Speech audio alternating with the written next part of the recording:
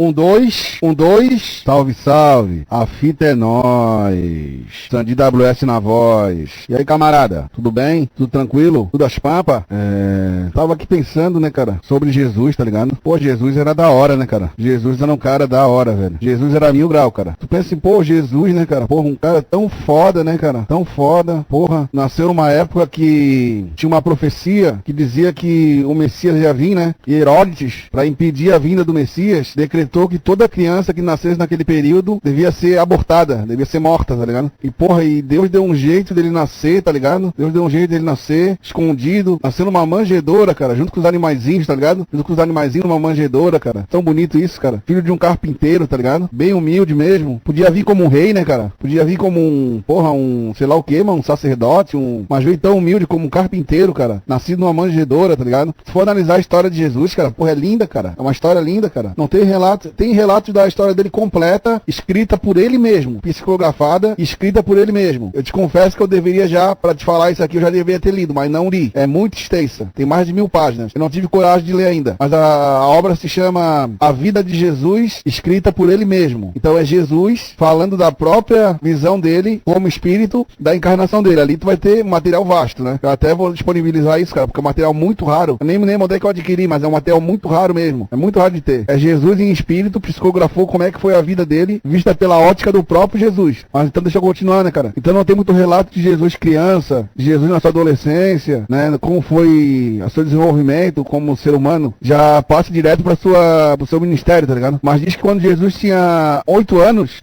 de idade, ele já se reunia com anciões, com pessoas pensadoras de filosofia, sacerdotes, e ensinava, já com 8 anos ele já ensinava os anciões, cara. Ele sumiu uma vez, né? Desapareceu. Quando os pais dele foram achar ele, ele tava na roda dos anciões, dando palestra, ensinando os anciões com 8 anos de idade, cara. Entendeu? Então todo mundo já conhece a história de Jesus, né, cara? Eu não vou me alongar aqui muito, mas eu acho bonito de Jesus, sabe o que é, cara? É que Jesus não era um escritor, não era alguém que fala, não era um cara que fala. Jesus nunca escreveu nada, cara. Ele nunca escreveu uma página, entendeu? O bonito é isso, cara. O bonito não é tu falar muito. Eu sou um cara que falo, né? Gosto de falar, sou um cara de oratória. Eu falo da vida, falo das minhas experiências, tá ligado? Falo como que eu penso de tal assunto, dou minha opinião. Mas Jesus não era igual eu que só fala, tá ligado? Eu só falo, né, cara? Eu sou um falador, tá ligado? Não sou um cara que, porra, tem uma história foda, mas ainda vou ter.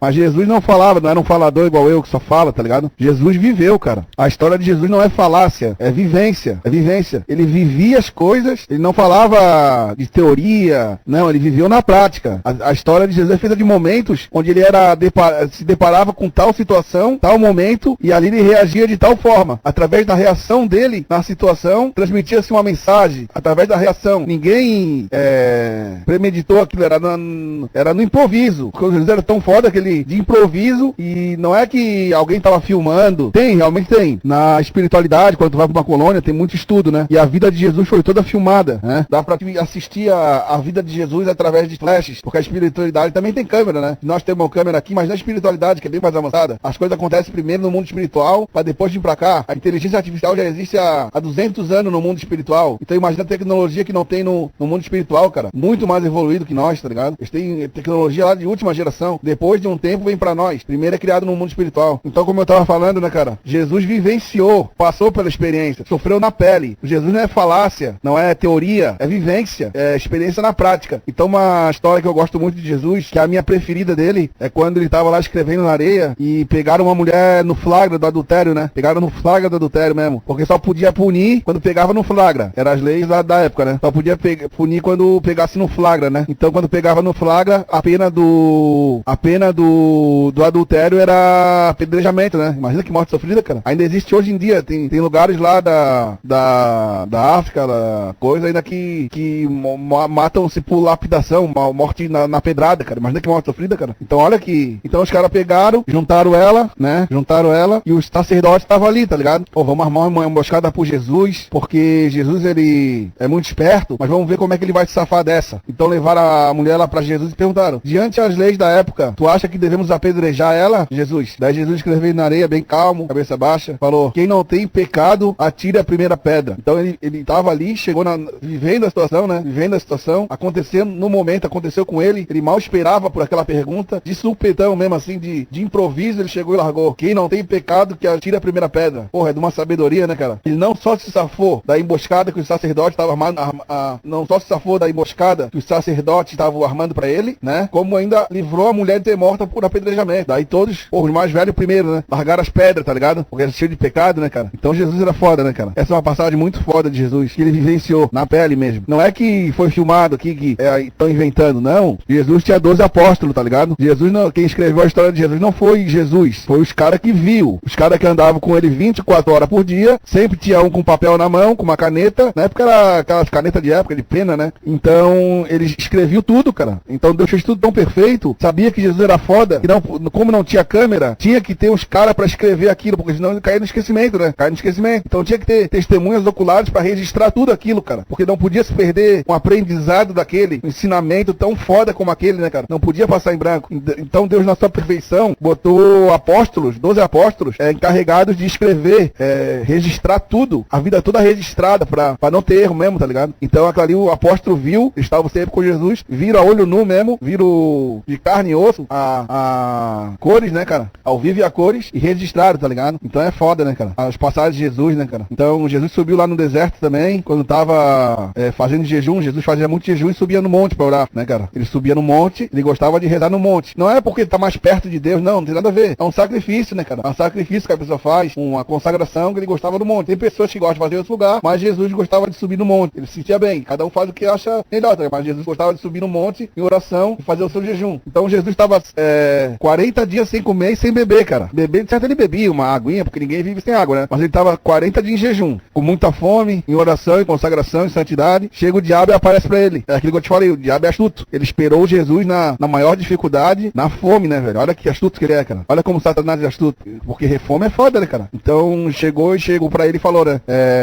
Se tens fome, transforma essas pedras em pão. Daí Jesus pegou uma frase do Antigo Testamento, que a melhor forma de rebater o capeta, o diabo, é com a palavra, né? Então Jesus podia ter falado qualquer coisa pra ele. Ele usou uma frase da palavra. Nem só de pão viverá o homem, mas de toda a palavra de Deus. Não sei se é isso. Nem de pão viverá o homem, mas de toda a palavra de Deus. Não lembro, agora me fugiu a passagem. Eu peço para que você lembre e poste aí na internet para que as pessoas saibam até eu me lembro, né? Essa palavra completa, não tenho muita noção. Daí o diabo falou, tá vendo toda essa cidade aqui? É tudo meu. Se curvares a mim, eu te darei tudo. Daí o que Jesus falou mesmo, cara? Porra, agora me fugiu, cara, mas quem sabe posta aí o que ele falou. Não sei se ele respondeu com a palavra, o que ele respondeu para Satanás, mas ele expulsou o diabo, cara. O diabo saiu com o rabinho entre as pernas para Jesus. Era ali que Jesus podia pecar e acabar com o ministério dele, tá ligado? Jesus resistiu ao Satanás, cara. Então, diante disso, tem até essa passagem na Bíblia que Jesus resiste a Satanás, cara. Dá uma resposta, dá uma lição de moral no Satanás, na besta mesmo. Esperou Jesus ficar com fome, tá ligado? Todo debilitado, pra tentar Jesus, cara. Olha que astuto, cara. Olha que liso, cara. E Jesus saiu da melhor forma possível. Então Jesus era um ser muito foda, né, cara? Muito foda. Ele tinha saída pra tudo, ele tinha resposta pra tudo. Era um ser assim, fora de série mesmo, né, cara? Entendeu? Tem muita passagem foda de Jesus, cara. E tudo vivenciado, tudo na prática, ali tudo vivência, situações que ele foi posto à prova e saiu da melhor maneira possível, né, cara? Entendeu? É isso aí. Ah, tá, agora eu me lembrei, cara. Agora me deu uma clareada aqui na mente. Então tem aquela passagem primeira, né? Quando Jesus tá lá no monte e o diabo tenta ele, né? Jesus tá lá sem comida, sem bebida, e o diabo aparece pra ele e fala assim, se tu és o filho de Deus, manda que essas pedras se transformem em pão. Não é isso que ele fala? Daí Jesus com a frase da escritura mesmo. Porque o melhor jeito de rebater o diabo é com as frases da palavra, né, cara? Porque a palavra de Deus é lei. Então o diabo, muito conhecedor da palavra, exímio conhecedor da Bíblia, que ninguém sabe melhor de Bíblia que Jesus e o diabo, né? Então o diabo conhece muito a Bíblia, pra fazer que as pessoas desandem e infringem as leis da Bíblia, pra que não tenha salvação e adquiram karma e pecado, né? Então o Satanás, daí Jesus fala o Satanás fala, se és filho de Deus, manda que essas pedras se transformem em pães. E Jesus com a palavra fala, está escrito, nem só de pão viverá o homem, mas de toda a palavra que procede da boca de Deus, não é isso que ele fala? Ele fala isso, né? Daí o diabo astuto, muito sagaz e esperto, fala assim, como é que ele fala? Se tu és o filho de Deus, lança-te daqui abaixo, porque está escrito. Ele usa a palavra, porque está escrito. Aos seus anjos darás as ordens a seu respeito para que guardem. Eles te sustentarão nas mãos para que não tropeces em alguma pedra. Eu não me lembro, é Lucas aí. Então ele fala assim, né, cara? Ele usa da palavra pra persuadir Jesus, pra induzir Jesus ao erro. E olha o que Jesus fala, cara. Também está escrito, não tentarás o Senhor teu Deus. Olha que foda, cara. Com a palavra ele rebate. Daí oferece... O que acontece? O diabo levou Jesus ao mais alto do monte, lá no topo do monte, né? E falou, tudo isso aqui te dareis, se prostrares e me adorares. Olha que arrogante, né, cara? O diabo arrogante quer que Jesus se curve pra ele. Olha, quer que Jesus se curve pro diabo. Imagina o gostinho que o diabo não ia ter de ver o Jesus, o cara mais foda, se curvando pra ele, cara. Olha só, cara. Daí Jesus vai lá e fala. Daí o diabo fala, tudo isso eu te darei, se prostrado me adorarás. Te darei toda a autoridade e glória. Se tu me adorares, tudo será teu. Então olha como é que o inimigo persuade e induz Jesus ao erro, oferecendo dinheiro, bens materiais, que é o que muito o diabo faz nesse mundo de hoje, né? Sugerindo que a pessoa aceite um suborno, sugerindo que a pessoa se corrompa por dinheiro, mate por dinheiro, roube, né? Faça tudo por dinheiro, tá ligado? Se corrompa por dinheiro. Então o diabo astuto sabe que a riqueza, as pessoas dão muito valor, ofereceu a riqueza de toda a cidade para Jesus. E se ele se curvasse a ele, o diabo daria tudo para Jesus. É o que acontece nos pactos que as pessoas fazem, né? Pacto em troca de dinheiro, pacto em troca de fama, tá ligado? Eles dão a alma pro Satanás em troca de dinheiro, cara. Dão o seu bem mais importante que a alma, em troca de viver uma vida que é uma vida vazia, né? Dinheiro não é nada, cara. Dinheiro não traz felicidade, cara. Dinheiro é só um papel, cara. Pode ter dinheiro, mas não tem felicidade.